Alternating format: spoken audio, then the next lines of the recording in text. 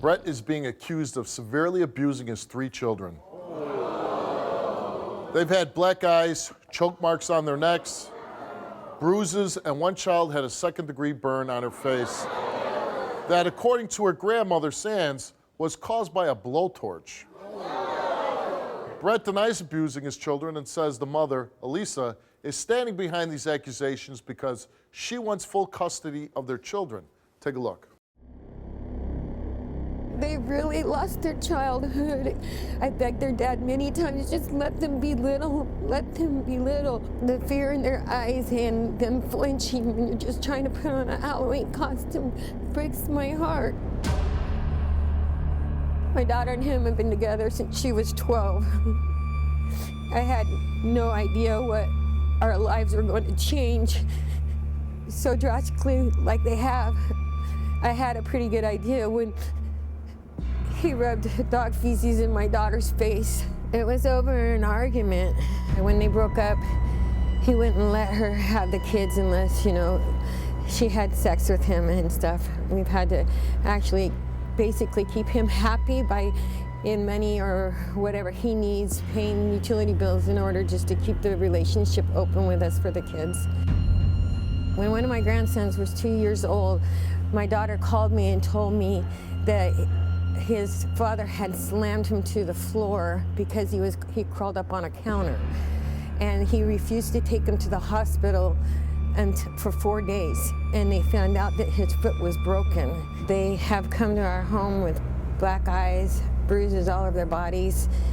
They've been coming home with 2nd and 3rd degree burns so badly that it burned the nerve endings in her forehead.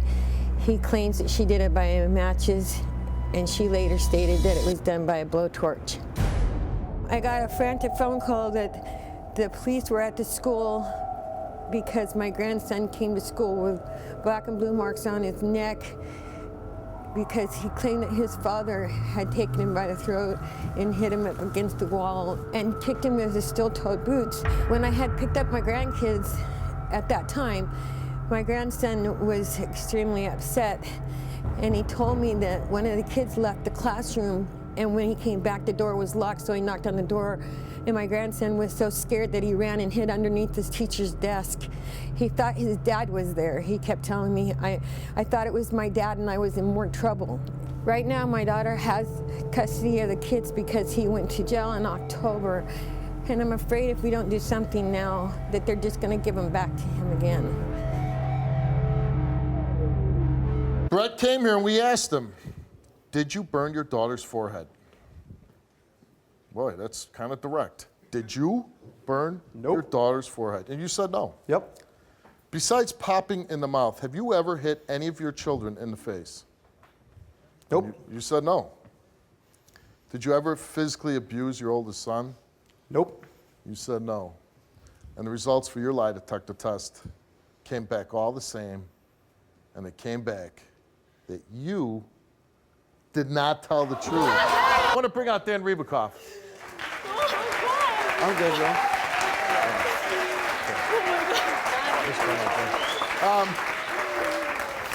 I would, if you stand over here. Sure, sure. Because I like to keep an eye on this guy. You got it.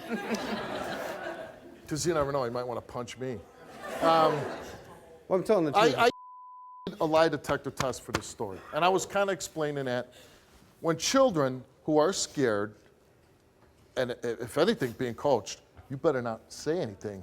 They might. Oh, he's running. He's running. The coward is running.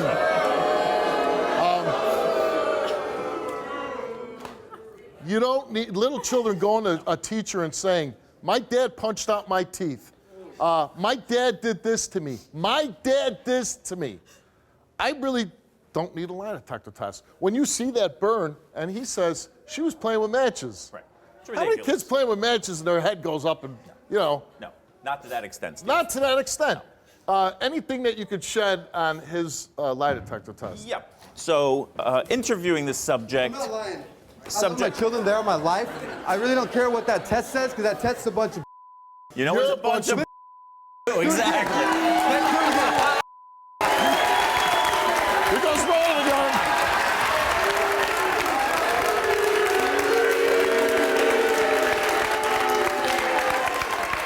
what we really need here is a cage that drops down from the ceiling when they run, you know?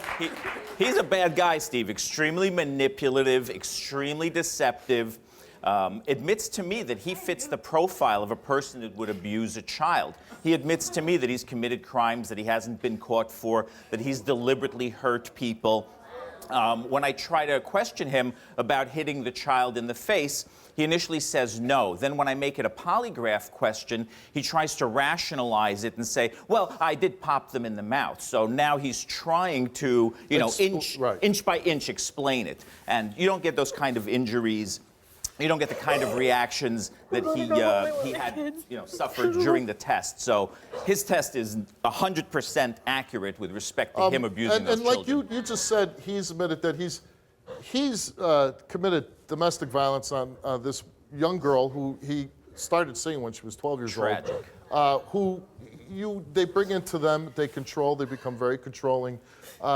And I believe that this guy has probably committed many crimes, acts of violence against many people, and for whatever reason, he's not a dumb guy, because he's managed to fly under the radar here.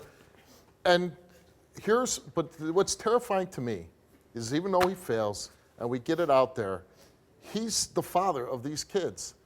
And will this ever stop? What will stop this guy from causing serious injuries to his own children? That's his MO, Steve. He's programmed to do this. That's. Thanks, Dan. Thank you.